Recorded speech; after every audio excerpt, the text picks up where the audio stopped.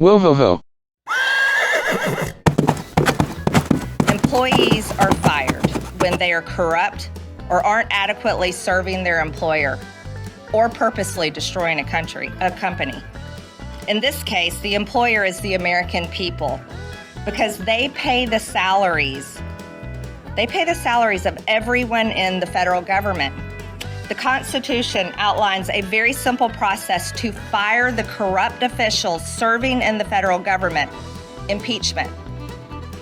Matthew Graves, Christopher Wray, Merrick Garland, Alejandro Mayorkas, and Joe Biden are all corrupt and unfit to hold office, and they all must be impeached. This is Marjorie Taylor Greene. She is a congressional representative from the state of Georgia. Congresswoman Greene's greatest achievement is her undeniable success in putting Capitol Hill in a perpetual state of chaos and pushing the nation closer to becoming a Christo-fascist nation and autocracy where the Constitution is reduced to words on paper to only be applied when it supports MAGA's anti-democracy movement and is a battering ram to put the masses on their knees to keep everyone she and her fellow red hats in line and be used for the personal entertainment of the rich. Marjorie is a successful Karen that has promoted her Karenicity into an undeserved position of self-declared and self-defined power in the current Congress. Debunking Marjorie. We have the receipts. Marjorie has attempted to impeach President Biden 6 times. If it was that easy, what is taking you so long, Marjorie? Employees are fired when they are corrupt or aren't adequately serving their employer. In typical Karen fashion, Marjorie points out or makes up her opposition's faults and continuously takes every opportunity to defame her opposition. Marjorie has attempted to impeach President Biden 6 times. If it was that easy, what is taking you so long, Marjorie? Employees are fired when they are corrupt or aren't adequately serving their employer. In typical Karen fashion, Marjorie points out or makes up her opposition's faults and continuously takes every opportunity to defame her opposition. By the good old Bronx cheer and told him what pretty much every New Yorker is thinking, including his constituents. No, I did not. I allowed him. Get him out! He gotta go! You gotta resign! There you go. Come on, man. You gotta go! You gotta go! Georgia Congresswoman Marjorie Taylor Greene started doing what she does best, which is heckle. In this case, targeting Congressman Bowman. This morning, Greene explained that she felt threatened by Bowman, using an age-old trope that Bowman, a black man who spent years as a middle school principal, was aggressive and threatening. What concerns me about Jamal Bowman is he has a history of aggression, not just towards others, but towards me in particular.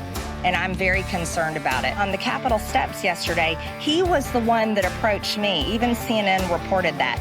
Yelling, shouting, raising his voice. He has aggressive, his physical mannerisms are aggressive. I feel threatened by him. Poor Marge. Mind you, this is the same woman who harassed a teenager for promoting gun laws and stalked Alexandria Ocasio-Cortez back. Marjorie has always heralded her Southern heritage, sometimes being open about her affinity for white supremacist rhetoric, white superiority government, and authoritarian fascist-style minority government rule.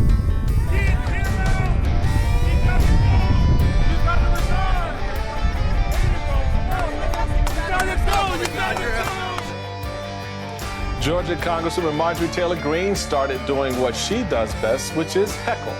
In this case, targeting Congressman Bowman.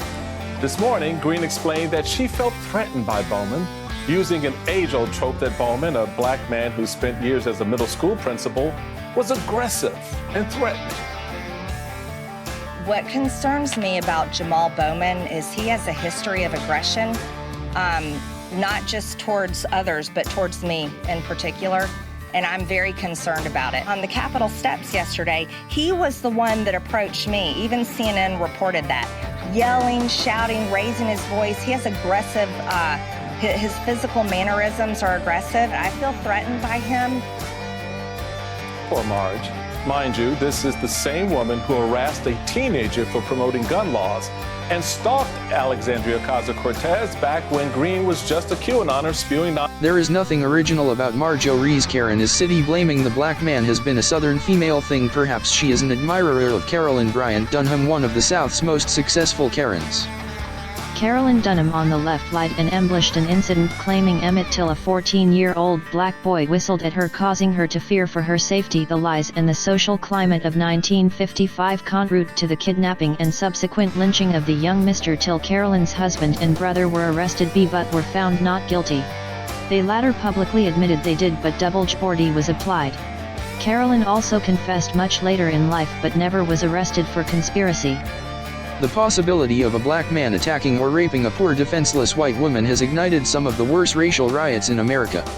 The Tulsa massacre was started on the claims of a young black shoeshine boy assaulting a white female elevator operator in a downtown Tulsa hotel. At least 300 blacks were killed in the violence that followed. There are no recorded trials or convictions resulting from this incident. Perhaps Marjorie, being the Southern belle she promotes herself as, perhaps she believes she channel her inner Carolyn Bryant Dunham in 2023 and remain blameless and suffer zero consequences. Marjorie Taylor Greene is obviously unhinged and perhaps totally insane, maybe. But she's also a representative in the United States Congress. And it's unfortunate that the people in her home district in Georgia, because they want to champion, let's say, Southern, let's be honest, white rights, they choose to repeatedly send this psychotic wench. Oh no, I can't say wench, that's misogynistic. This unhinged person back to DC to be part of the governing body. And all she does is do what she does naturally. Be a racist cheerleader. For what cause? A defeated government that tried to overthrow the United States. Everything that comes out of her mouth is anti-American, even though she tries to portray herself as the greatest patriot on the planet. Patriots just don't openly defame the military, call its members losers because they serve in a military that perhaps maybe wants to operate in a way that she doesn't agree with. You know, Marjorie and her people, who are not the majority, by the way. This thing of, you know, she just openly defends, she just comes out and defends every cause that is anti-American. She associates with known Nazis. The only time she denies her association when she realizes that it may damage her politically and prevent her from coming back to DC for another 2-year rant in the name of whatever she chooses to be her cause at the moment. Marjorie is unqualified. Marjorie does not deserve to be there.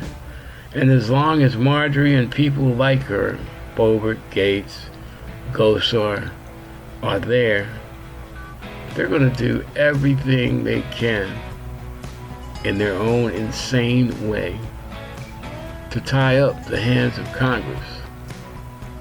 And when Congress's hands get tied, the country cannot progress, the country cannot move.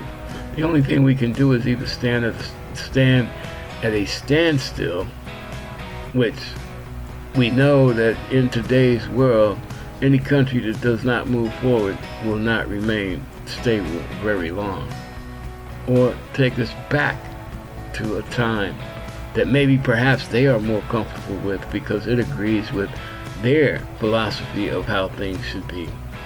But it has nothing to do with being a success in the modern world, or actually having equal representation for all, just for them. Well, y'all can think about that, you can meditate on it, but everything I presented is the truth.